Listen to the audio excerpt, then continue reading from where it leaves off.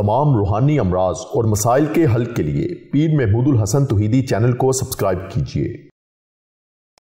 بسم اللہ الرحمن الرحیم۔ محترم بھائیوں اور بہنوں، السلام علیکم ورحمۃ اللہ وبرکاتہ۔ انسان کا دنیا میں آنے کا جو مقصد ہے وہ اللہ رب العزت کی عبادت ہے، اللہ رب العزت کی رضا ہے۔ آج ہم آپ کو ایک ایسا خاص عمل بتاتے ہیں جو عمل کرنے کے بعد اللہ رب العزت کی محبت آپ کے دل میں پیدا ہوگی، آپ کا عقیدہ توحید مضبوط ہوگا، اعمال صالحہ کی توفیق ملے گی، اللہ کی محبت پیدا ہوگی، اللہ اور اس کے رسول صلی اللہ تعالیٰ علیہ وسلم کی اطاعت اور فرما برداری دل کے اندر آئے گی اور اس پہ عمل کرنا آسان ہوگا۔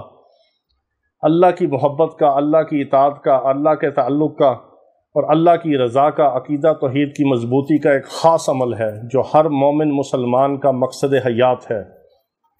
ہم زبان سے تو اقرار کرتے ہیں کہ اللہ سے ہمیں محبت ہے، مگر ہمارا عمل جو ہے وہ اس چیز سے عاری ہے، اس چیز سے خالی ہے۔ بالکل جو خالی زبانی دعوے ہوتے ہیں، جو خالی زبان کی باتیں ہوتی ہیں، وہ نہ دنیا میں کام آتی ہیں، نہ قبر میں کام آئیں گی، نہ حشر میں ان کا کوئی فائدہ ہوگا، نہ ان کی کوئی قیمت لگے گی۔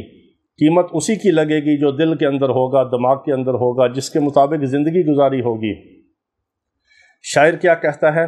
تاصل الہ وانت تزع محبہ ھذا محال فی البیان بدیع لو کنت صادقا فی الحب لا تعتہ فإن المحب لمن یحب مطیع۔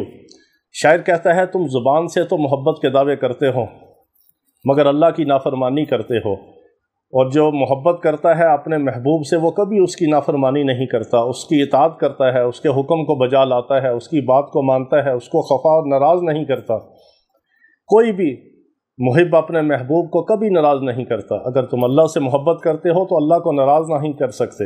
اللہ کی اطاعت کرو، اس کی فرما برداری کرو، پھر پتہ چلے گا تم اللہ سے محبت رکھتے ہو، پھر تم اپنی محبت کے دعوے میں سچے ہو۔ اگر تمہارا قول تمہارے عمل کے مطابق اور تمہارا عمل تمہارے قول کے مطابق ہوگا تو پھر تم اپنے دعوے میں سچے ہو۔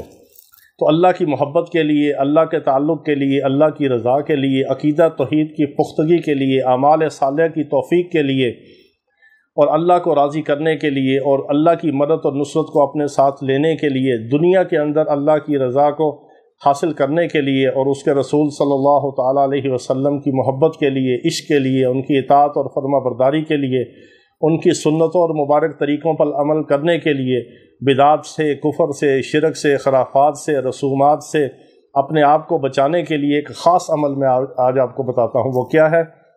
ہر نماز کے بعد آپ نے صرف 3 بار پڑھنا ہے۔ مسنون دعا پڑھ لیں، اس کے بعد آیت الکرسی جو آپ کے معمولات ہیں، اس کے بعد آپ نے صرف یہ 3 بار پڑھنا ہے۔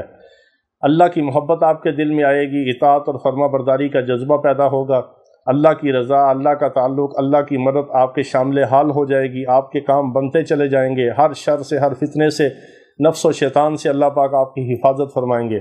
وہ عمل کیا ہے؟ اللہ اللہ ربی لا اشرک بہ شیئا، اللہ اللہ ربی لا اشرک بہ شیئا، اللہ اللہ ربی لا اشرک بہ شیئا۔ یہ ہر نماز کے بعد آپ نے 3 بار پڑھنا ہے۔ اللہ رب العزت پوری امت مسلمہ کو ایمان کامل اور اعمال صالحہ کی توفیق عطا فرمائے۔ وآخر دعوانا ان الحمد للہ رب العالمین۔